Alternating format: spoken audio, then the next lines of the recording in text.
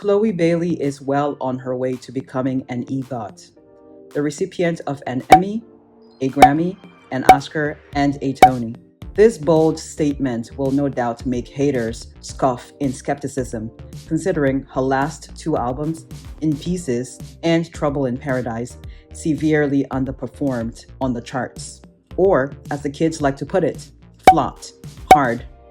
In Pieces debuted at 119 on Billboard's 200 album chart and sold 10,000 units in the first week. Trouble in Paradise truly suffered the sophomore slump, failing to make an appearance on Billboard's chart. However, it reached #1 on US Apple Music for R&B.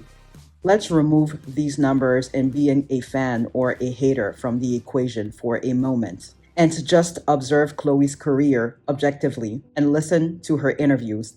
Based on that alone, we can say that though she's got the talent and the work ethic, no doubt, her career has had a heavy dose of serendipity thus far, playing alongside Beyoncé in 2003's Fighting Temptations, and as fate would have it, or as Chloe would say she manifested 12 years later, she and her sister Halle would be among the first to be signed to Parkwood Entertainment, Beyoncé's record label, via hers and Halle's viral cover of Beyoncé's Pretty Hurts. What's interesting is that Chloe has said in an interview that once she and Halle had gotten signed, Beyoncé had at some point said she didn't even realize that it was her, Chloe, that had played the younger version of Beyoncé's character in Fighting Temptations. We don't know anything about that. Chloe has also gone on record saying she had a picture of Donald Glover and a script on a previous vision board. And lo and behold, a few years later, she was cast in Swarm, a Donald Glover project. Now, I'm sure if people do their research and look at past interviews, I'm always talking about Donald Glover. And it's crazy because I think in 2018 on my vision board, I printed out a photo of him right next to a script. Wow. So it's crazy how things in my life always have a full circle moment. So becoming an EGOT, which Chloe has also expressed hoping to one day attain. I'll look back at this one day and laugh when I have like millions and millions of records sold and Grammys and my EGOT. My main goal is to win an EGOT. Is not at all out of her realm of possibility, even if it's not for another decade or two.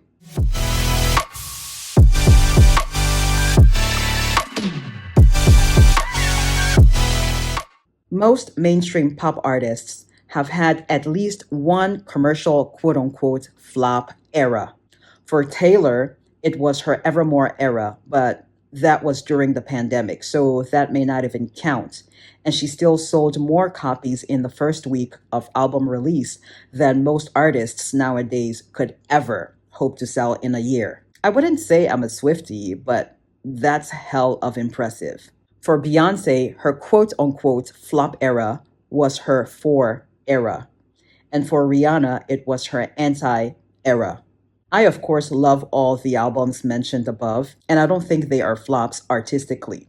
But if we look at how they performed in comparison to these artists' other projects, the numbers don't lie.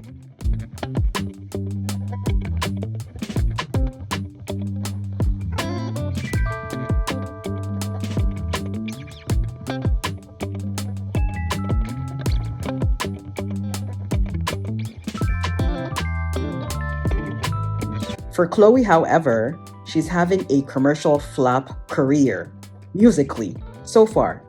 Before you start typing on your keyboard to put me in my place, let me land. I am getting somewhere. Despite having the quote-unquote whole package, the look, the talent, being a quadruple threat, being among the few impeccable vocalists of her generation, being able to dance, act, and produce her own music, and being signed to the Beyoncé's record label. Both of her recently released albums have severely underperformed on the charts, despite being heavily promoted via podcasts and mainstream talk shows. The internet was blaming Beyoncé for not doing more to promote her artists, which is ironic because how I even found out about Chloe and Halle back in 2020 was via a post Beyoncé made on Instagram, encouraging us to go listen to Ungodly Hour and watch the music video for Do It. They immediately reminded me of the French neo-soul sister duo Les Nubians, who I've mentioned in this video, notable Cameroonians. I'll link the video above and below if you would like to check it out. While we are on the topic of Beyoncé, I saw some chatter online about Beyoncé replacing Chlöe and Halle with Blue Ivy on the Cowboy Carter tour. That's a bit of a stretch in my opinion, considering that Blue Ivy is only 13, and the word quote-unquote replace is misplaced. Blue Ivy is Beyoncé's daughter, not someone who is signed to Parkwood Entertainment.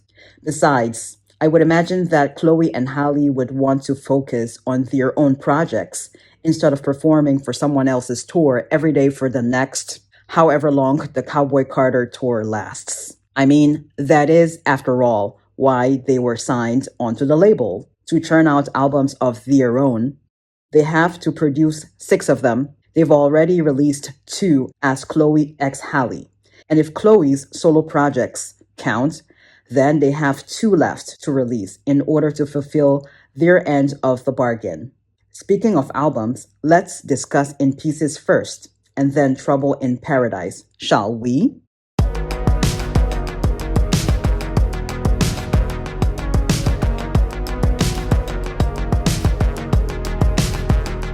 Chlöe said with In Pieces, she was in her sad girl emo era. In Pieces was a conceptual album about heartbreak in its different forms: friendship heartbreaks, breaking one's own heart, family heartbreaks, romantic heartbreaks. I think of In Pieces as Olivia Rodrigo's Sour if it were R&B. Not comparing both artists. They are not in the same lane, however, it's the concept I'm comparing. It's noteworthy that both artists are proud water signs. Chlöe a Cancer and Olivia a Pisces, which means they don't shy away from emoting in their art. They were also homeschooled, something which Olivia has addressed in her song Ballad of a Homeschool Girl, and Chlöe has talked about it in interviews. Side note, Ariana Grande is a Cancer as well. Explains all the crying during the Wicked press tour, which surprisingly did not annoy me as much as it annoyed a lot of people. I don't give celebrities that much energy. I don't know these people.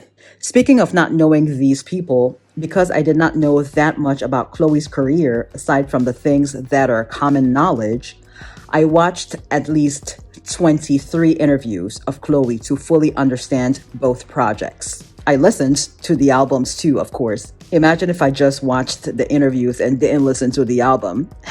Anyway, some of what I say about the tracks will be a direct reference to what Chlöe has said in the interviews I have watched, all of which I will link below if they can all fit in my description box. So without further ado, Pray It Away. Pretty self-explanatory.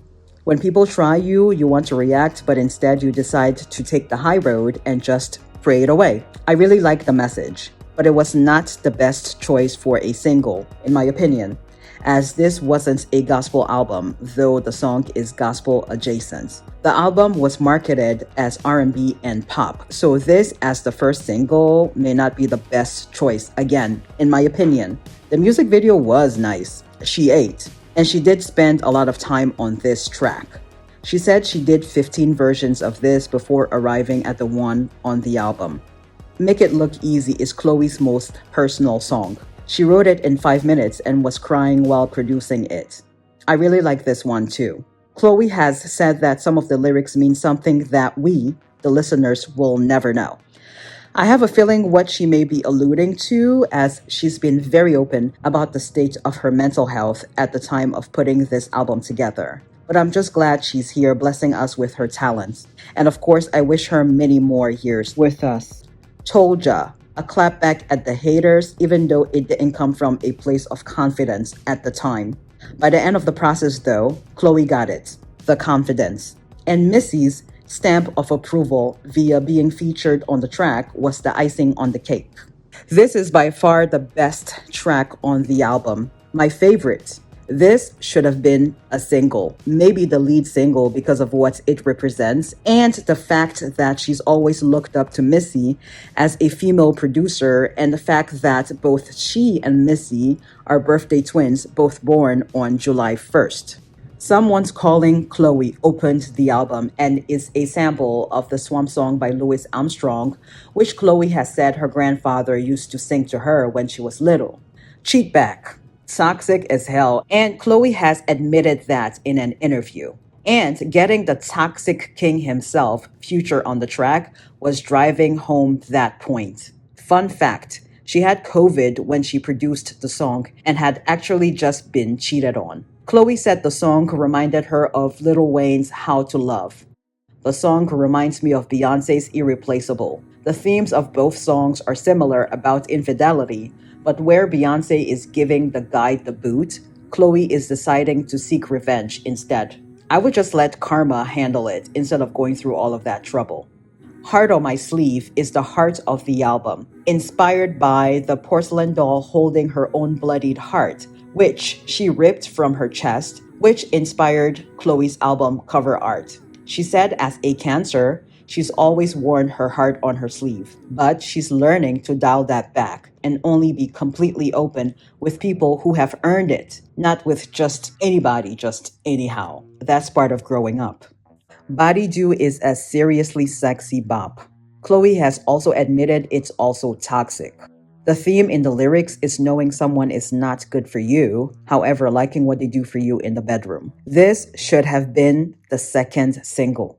She said she wrote this song after she found some other woman's underwear in her then boyfriend's hamper. That's just disrespectful. Falling for You is an interlude with harmonies and a snippet of a conversation her godmother/manager was having with a driver about traditional female and male roles in relationships. This is a bit out of place. She could have saved this for another project. How Does It Feel? I like this one because it's a sample of Usher's Throwback, which I obviously liked back when it was released and still do listen to on occasion. I also only just found out that that was also a sample of Dionne Warwick's You're Gonna Need Me.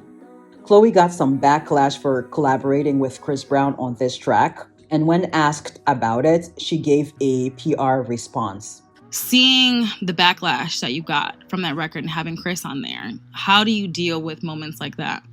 How I deal with moments like that, I just let the music speak for itself. Yeah. Once the song came out, people enjoyed it. By the way, Cameron Suzanne has discussed this in a 30-minute video. Check it out if you haven't already. Great points were made, and there's no need for me to reiterate them in this video, as this is a 2-album review and we have to keep this thing moving. Feel Me Cry. Sounds like the ending of How Does It Feel connects to the beginning of this one. Chlöe has said she likes to do that. The slight key changes into the next song in order to ease the listener from one track into the next, so that it's not quite as jarring. Brilliant. Gives new meaning to an album being cohesive. She says this song has a dual meaning. By the way, the ending of I Don't Mind and the beginning of Worried has this same feature or transition as well. This one's hard to catch because of the vocal harmonies ahead of the guitar in Worried. But Chlöe mentions this in a few interviews. I loved creating the Worried transition from I Don't Mind into Worried, because when I create the vocal transitions, I like to go from one key into the other within that vocal piece. So when the next song comes in, it's not jarring because you already, without knowing, got eased into the next key. I Don't Mind sounds Spanish inspired, and What Is the Reason will forever reminds me of Cardi B. What was the reason? What was the reason? What was the reason? Even though I never watched Love and Hip Hop. Worried sounds like it's addressed to the haters. My favorite part about Business Is When You Mind Your Own was the giveaway. Otherwise, it sounds like she's talking about a past lover. Lose You, the push and pull of it all. Should I stay or should I go? Even though the answer is obvious. Really like the guitar chords on this one. In Pieces, the title track and last track on the album. Typically, title tracks are among the first 3 tracks. but she left it for last and as the second to last single of the album. Here's what she had to say about it because it's long-winded. Why did you put it at the end? Like, you killed us at the album. Pieces final, like the title track? Yeah. Because just wanted to. And I think conceptually and lyrically as well, that was when I accepted that, yes, I am in pieces. I am flawed, but I know because I have you next to me who accepts me in whichever way I come, I'm okay with that. Because I think from the whole album, if you listen to the transition of it, it's like a push and pull. Like, we're constantly trying to put the blame on others as to why we feel this way. And, you know, from pray to way, I'm gonna pray this negativity, this nigga away, right? All this stuff and, you know, being toxic and things like that. And I think as it goes from lose you, you know, like, I don't want to lose you. I love you so much, but I'm going to have to lose you to save myself. When it goes from that to make it look easy, like, yes, I'm going through a lot of shit. Yes, I don't find myself attractive some days. Yes, I'm breaking down on the floor crying before you see me looking presentable, hair done, makeup done and everything. I make it look easy. When it goes from that transitional period through the album, it's like, yeah, I'm left in pieces. And what about it? I know I have you. I know I have people around me who love me for it and love what I have to bring and offer. So this is me. So I had listened to the album back when it was released in 2023 and intended to review it. It would have been my second album review. My first official album review on this channel was Beyoncé's Renaissance, in case you're wondering. It's linked below for your viewing pleasure. Anyway, so I listened to In Pieces and honestly, I wasn't moved enough by it to review it then. There was a disconnect for me. That's why the thumbnail reads not clicking, because it wasn't clicking for me how someone with so much talent and so much backing from industry titans like Beyoncé could produce such basic work, for lack of a better word. Also, I should mention that I wasn't in the right state of mind either when I initially listened to the album. Life was lifing. I had gotten sued twice. I hated my job. It was a mess. I guess you can say I was in a similar headspace as Chlöe was when she made the album. Fast forward to this year, someone requested that I review Trouble in Paradise. And I said, well, I can't review that without reviewing In Pieces first. So I went back to listen to it and watched a bunch of interviews, 23 to be exact, because she may leave out some things in one interview and say it in another, depending on the questions she's asked. And because of the interviews, I now give the album an A-, whereas before in 2023, I rated it a C+. Because as I mentioned, I really didn't understand where she was coming from. I thought the album was about Gunna and mean comments about her, which is not nothing. Expressing those feelings are valid, however, it's surface level. The album may have quote-unquote flopped commercially on the charts, but I don't think it was meant to be commercial, even though a few songs on there are commercial. This album was a form of therapy for Chlöe, and it was experimental in a sense. Her sister and group partner Halle was abroad working on The Little Mermaid. There were travel restrictions due to the pandemic, and so rather than waiting for Halle to be done with the movie in order to release more music as a duo, she decided to put out music solo and learn who she is as Chlöe apart from Halle. I'm glad she didn't wait.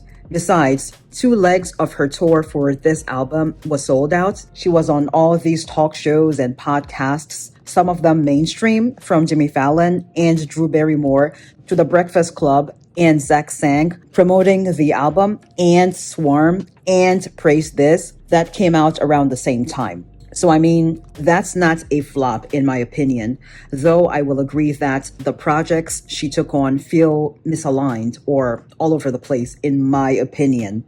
Perhaps she wants to show her versatility with the roles she chooses, and various channels of exposure as an artist will never be a flop in my book.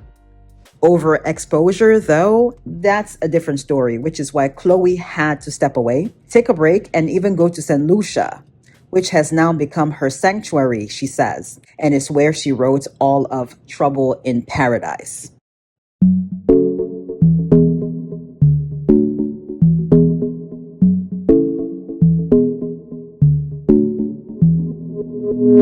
For Trouble in Paradise, Chlöe said she was writing away her troubles while in paradise, and the album sounds like what a summer fling feels like. It's exciting, it has its ups and downs, not too serious, but can sometimes feel heavy in the moment.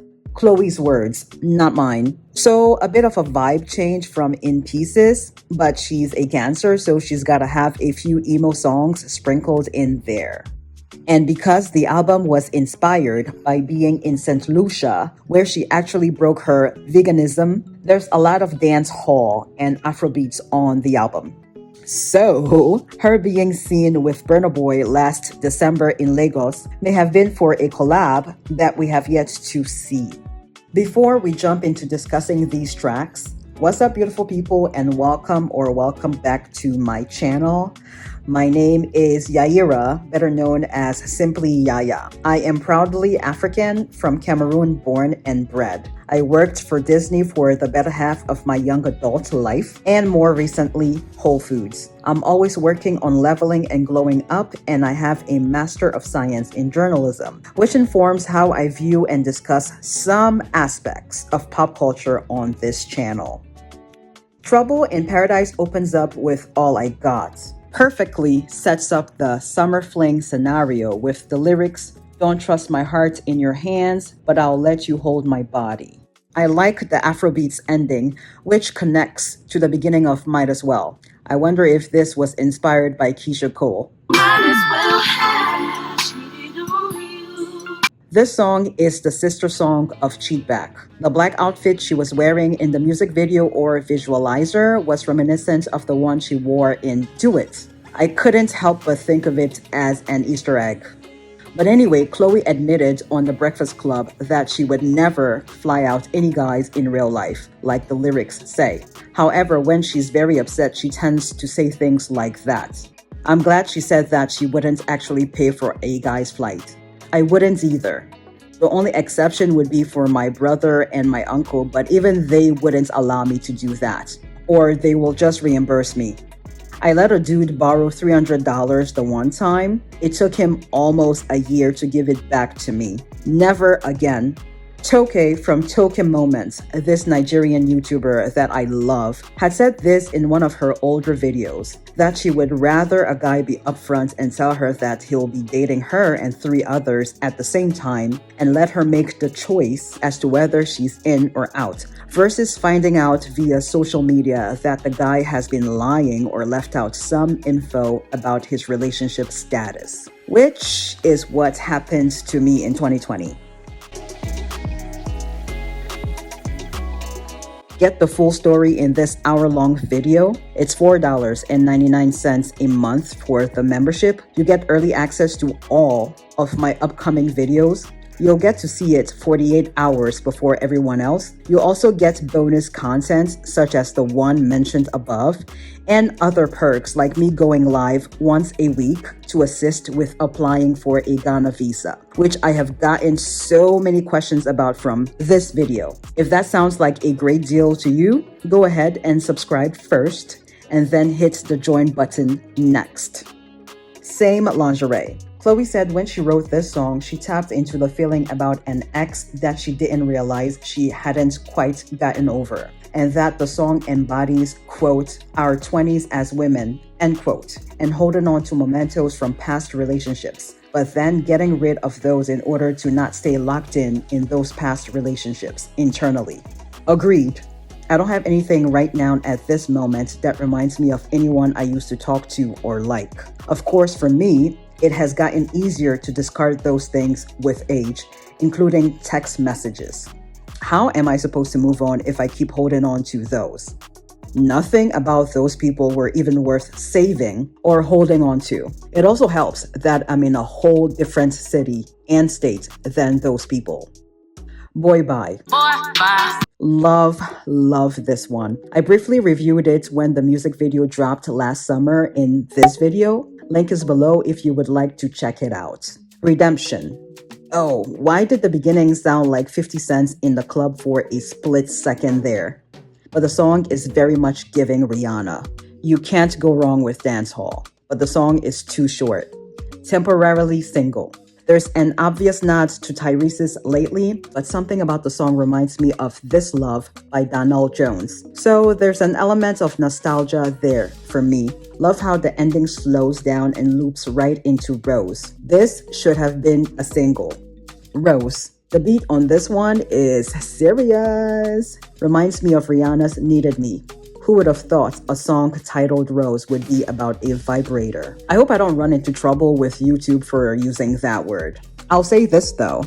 Even without ever having used one, I can imagine that it may be too good of a time that your partner may not be able to match up to it because it's a machine essentially. And that's a slippery slope in my opinion. I mean, what's wrong with the hands? Anyway, kudos to Chlöe for putting that on the track. I would never. However, this should have been a single. Also, this song made me realize that Tweet's Oops Oh My was about the same thing. I was about 14 when that song came out, so I didn't know nothing about that. Favorite.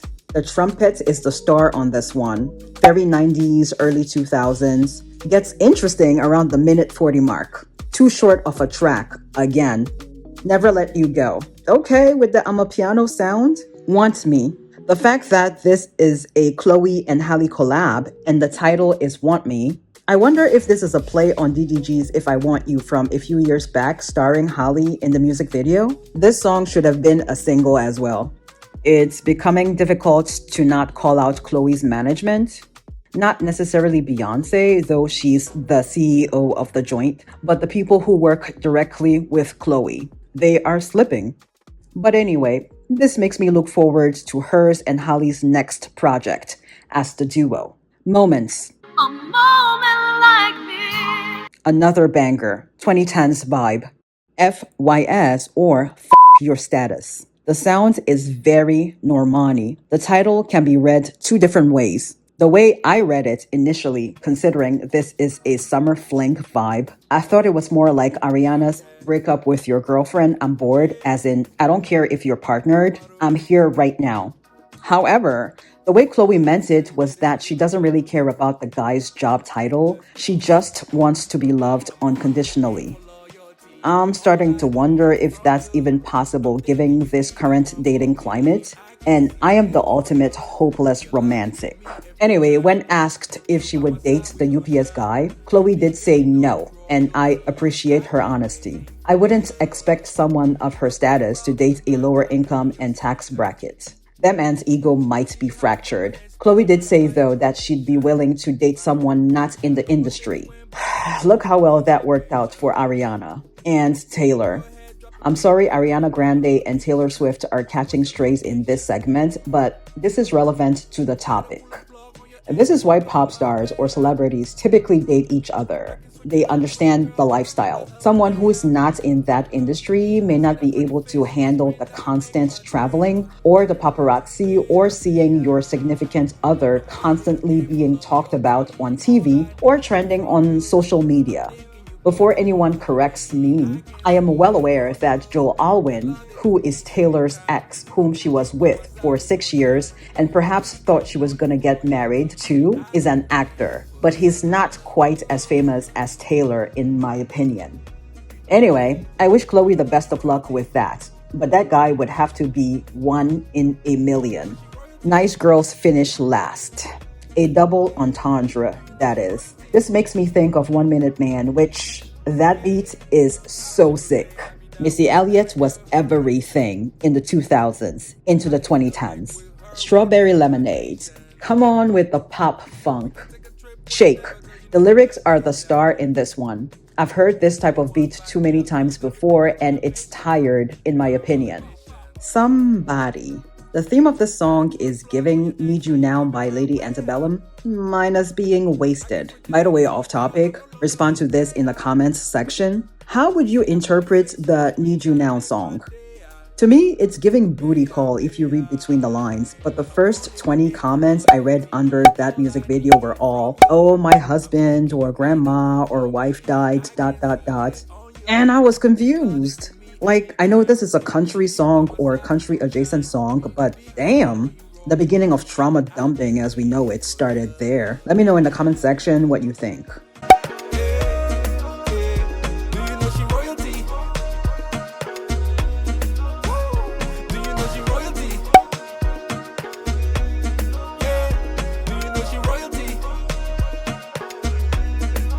Back to Trouble in Paradise. This album should have been dropped this year, and then they would have probably taken more time to promote it the way they did for In Pieces. Too many people were dropping albums last year, including her boss, so probably not the best move. When the Boy Bye music video dropped, I thought it was a standalone single like she had done prior to In Pieces. I didn't realize it was part of a whole 16-song album, which is the better one of the two albums and got the least amount of promo.